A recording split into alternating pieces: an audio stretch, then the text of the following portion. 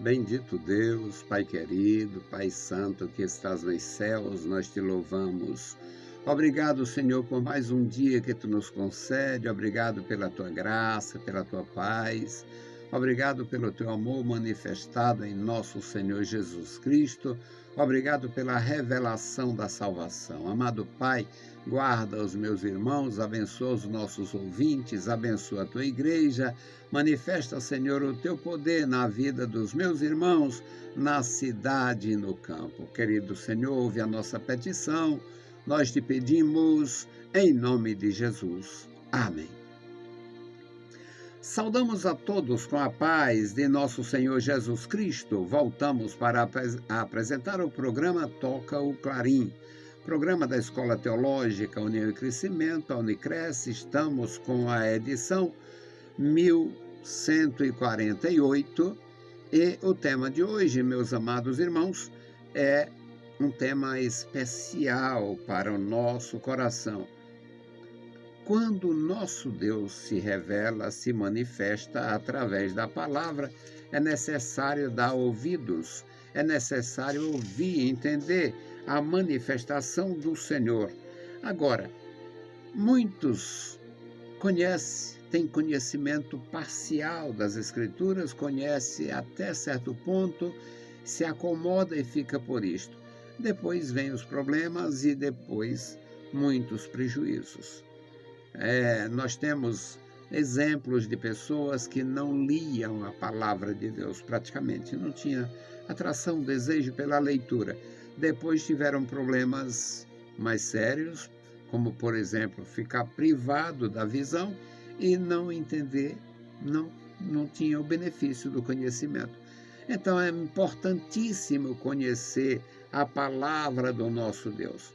E o tema de hoje é conhecer e obedecer o Senhor. O texto bíblico, livro de Juízes, capítulo 2, versículos 7 a 19. Nós vamos ver como é importante ter conhecimento do Senhor. Juízes 2 e 7. E serviu o povo ao Senhor todos os dias de Josué e todos os dias dos anciãos que ainda sobreviveram depois de Josué, e que viram toda aquela grande obra do Senhor que fizera a Israel. Faleceu, porém, Josué, filho de Num, servo do Senhor, com a idade de 110 anos, e o sepultaram no termo da sua herança, em Timnat-Heres, no monte de Efraim, para o norte do monte de Gaás. E foi também congregada toda aquela geração a seus pais. E outra geração após ela se levantou, que não conhecia o Senhor, nem tampouco a obra que ele fizera a Israel. Então fizeram os filhos de Israel o que era mal aos olhos do Senhor, e serviram aos Baalins. E deixaram ao Senhor, Deus de seus pais, que os tirara da terra do Egito, e foram-se após outros deuses, dentre os deuses dos povos que havia ao redor deles, e adoraram eles, e provocaram o Senhor a ira. Porquanto deixaram o Senhor e serviram a Baal e a Astarote.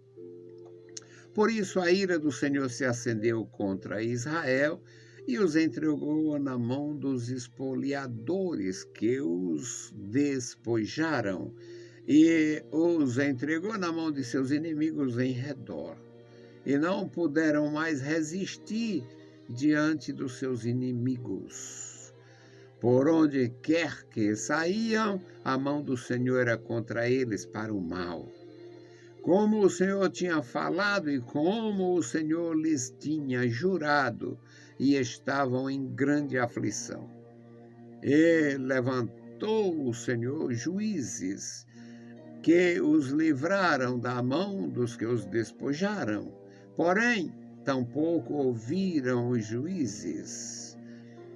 Antes, prostituíram-se após outros deuses e adoraram a eles, depressa se desviaram do caminho por onde andaram seus pais, obedecendo os mandamentos do Senhor, mas eles assim não fizeram.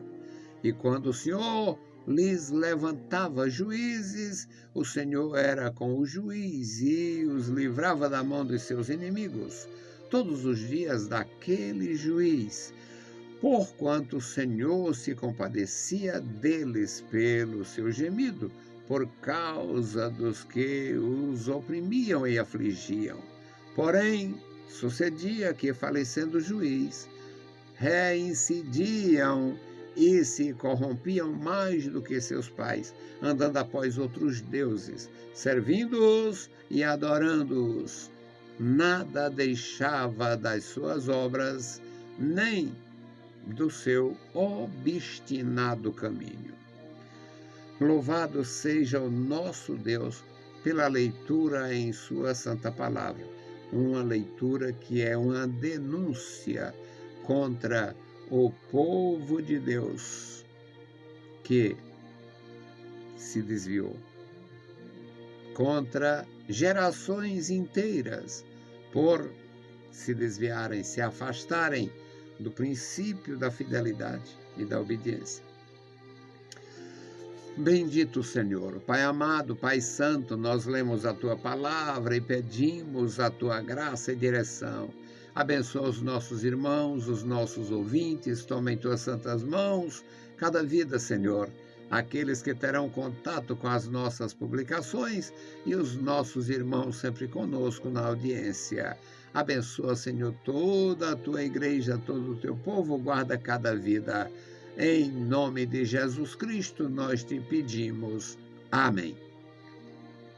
Louvado e exaltado seja o nosso Deus. Queridos irmãos, é bom ler a palavra de Deus, é bom entender o propósito do Senhor, é bom entender a respeito da bondade, da misericórdia do nosso Deus, tratando conosco, sendo nós ainda pecadores, como diz a palavra do Senhor na Epístola aos Romanos.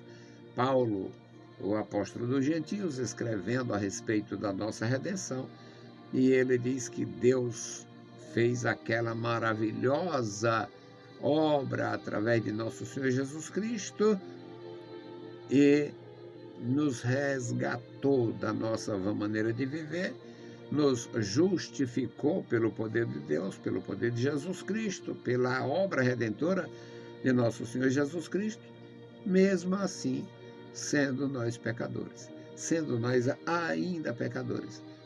Então, mesmo na condição de pecadores, na condição de fragilidade, da possibilidade de errar, de cair, de errar, mesmo assim, o Senhor contemplou dos altos céus e nos deu oportunidade. Esta leitura, meus amados, denuncia a geração pós-Moisés. O Josué era um homem de bem, um homem de Deus, um homem especial. Começou a servir ao Senhor através da liderança de Moisés e foi cotado, o Josué foi cotado pela terra e pelo céu. O Moisés confiava extremamente nele, porque ele era presente, era decente e era temente. Moisés gostava dele, temia a Deus de uma forma maravilhosa e via que Josué também era assim temente. Então Moisés tinha o Josué numa alta estima, pelo serviço, pelo comportamento, pela a experiência, pelo testemunho, pela lealdade. Quando nosso Deus quis levar o Moisés, disse para o Moisés que tinha chegado o termo do seu contrato, por assim dizer, do seu ministério, o Moisés foi orar, pedindo a Deus: ó Senhor, levanta um homem, levanta uma pessoa para assumir este lugar, Moisés sabia que não era coisa fácil. Levanta um homem, ó Senhor, para assumir esta posição, para o teu povo ser bem assistido, não andar como um rebanho sem pastor. Aí Deus disse para o Moisés: o homem está bem pertinho de você. O homem é Josué. Imponha sobre ele as tuas mãos e tal. O Moisés era temente, estava buscando a Deus e fez isto daquela forma gloriosa que Deus espera que cada ministro cheio do poder de Deus faça. Nós estamos vivendo uma decadência moral, espiritual, administrativa, eclesiástica, é até um terror. Nós estamos vivendo uma experiência terrível. Outro dia eu estava vendo, tem aí para todo mundo ver nas redes sociais, nos YouTube da vida, 14 lideranças da grande Assembleia de Deus que está sendo hoje conduzida por filhos e netos dos fundadores daquelas igrejas em algum estado, em algum lugar. Na verdade, eles não estão fundando, estão afundando a igreja. Porque os pais tinham temor, tinham respeito, tinham fidelidade, tinham reverência. Os filhos aprenderam isso com os pais, fizeram até certo ponto, depois começaram a inventar coisa. E os netos estão arruinando.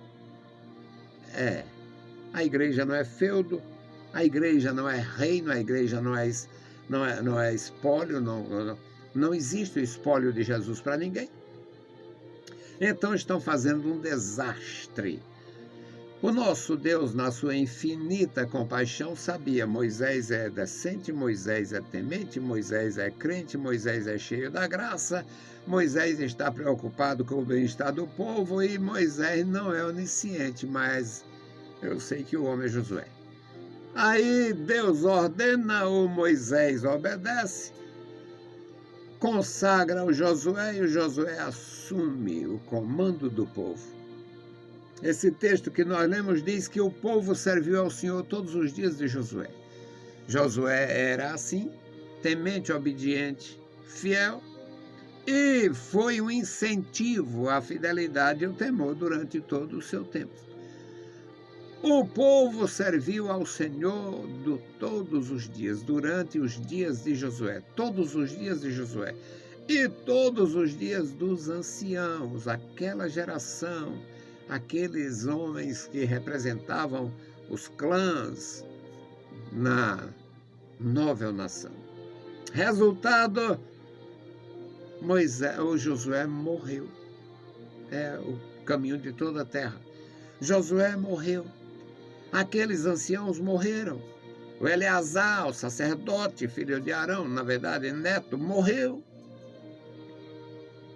Eles morreram. E sabe o que aconteceu? O povo se desviou. Não tinha fé, não tinha experiência. O texto é uma denúncia. O versículo 1 do nosso texto, que é Josué 2:7, diz: E serviu o povo ao Senhor todos os dias de Josué e todos os dias dos anciãos que ainda sobreviveram depois de Josué. E viram toda aquela grande obra do Senhor que fizera Israel, ou seja, aquelas testemunhas oculares da operação de Deus lá no Jordão, quando Moisés foi levado e Josué entrou com o povo milagrosamente, por orientação divina, os habitantes daquela área achando que era impossível qualquer movimento ali naquele período, pelas muitas cheias, e o Jordão estava de ribanceira a ribanceira. E Deus fez o milagre e orientou a Josué: leva a arca, bota os sacerdotes para levar a arca do concerto. E quando eles se aproximarem do Jordão, vai ter o milagre. E foi isso que aconteceu.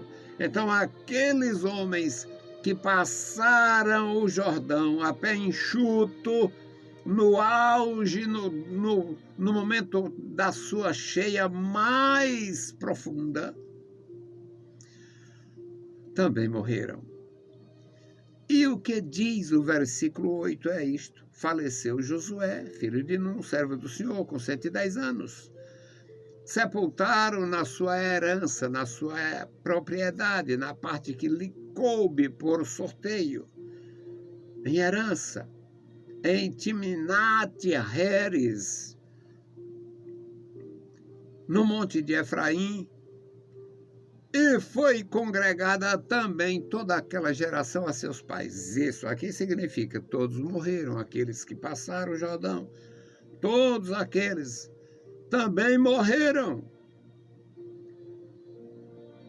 E levantou-se uma outra geração que não conhecia, não amava e não obedecia o Senhor e nem teve interesse de conhecer o que ele fez. É o versículo 10. Uma geração que não conhecia, não obedecia, não estremecia sob o poder do Senhor. No versículo 11, a denúncia é terrível. Então fizeram os filhos de Israel o que era mal aos olhos do Senhor. O que é aqui o mal? Aqui eles ainda não tinham entrado pelo caminho da sodomia, aqui eles não estavam ainda escravizando seus semelhantes, seus patrícios. Aqui o mal, aqui o início da perversidade aqui era o culto. O culto aos deuses. Baalins são deuses domésticos. Baalins, nesse contexto, é semelhante a terafins no livro do Gênesis. Baalins e terafins são deuses domésticos, ídolos do lar, que depois de milênios está lá os romanos com os lares, que eram os deuses das casas. E na nossa língua, no idioma, lar passou a ser chamado lugar que a gente reside. Mas na cultura romana, na cultura dos romanos, lá no paganismo dos Césares, lá era um espírito familiar, um espírito doméstico. Cada família deveria ter o seu lar, seus lares, que eram os protetores, supostos protetores, que o paganismo tem mais fé do que nós. Só que é a fé no diabo, fé no Satanás, fé nas coisas que eles criam. O paganismo, eu queria ter a metade da fé de um pagão. Só que eu queria ter a metade da fé do pagão. O pagão tem fé nas suas maldades e eu queria ter... Olha, imagina um faqui da Índia passar 3, 4, 5 dias sem comer. Com frequência. Fica só o couro e o osso. Meditando lá. Eu queria ser consagrado ao meu Senhor e ter esta capacidade de consagrar de uma forma que negasse a mim mesmo. Mas também seria contrário à palavra de Deus, que manda cuidar do corpo, cuidar da saúde, enquanto eles lá, fica a vaca passando, abanando o rabo da cara deles, e eles morrendo de fome, nem comem a carne nem o leite. É uma fé louca, mas é. Então, esta gente nem tinha obediência, nem tinha fé, não conhecia o Senhor. Então, quem não conhece o Senhor, quem não conhece a Deus, quem não tem fé no Senhor nem na sua palavra, vai atrás de ídolos. Vai atrás de ídolos, vai atrás de anjos da guarda. Quem não gosta da Bíblia vai atrás de manual. Não gosta da palavra de Deus, vai atrás de histórias, por aí. Não tem fidelidade ao Senhor, vai aprender lorotas. não conhece o Deus da verdade, vai bater a cabeça na porta atrás de revelação nova por aí. Está acontecendo isto em todo lugar. A palavra de Deus não é suficiente, tem que ter um curso. Eu não sou contra curso porque eu fiz vários cursos. Agora, fazer curso para substituir a Bíblia Sagrada, a palavra de Deus, é estranho e perverso. Fazer curso para substituir a Bíblia Sagrada, fazer um curso para enrolar os outros, para enganar os outros, fazer um curso para convencer, Deus me guarde. Eu quero pregar a palavra de Deus e orar para o Espírito Santo converter, e não eu mesmo convencer e me tornar o mentor, o tuxá, o chefe, o guia espiritual. Não sou guia, não serei. Deus me guarde.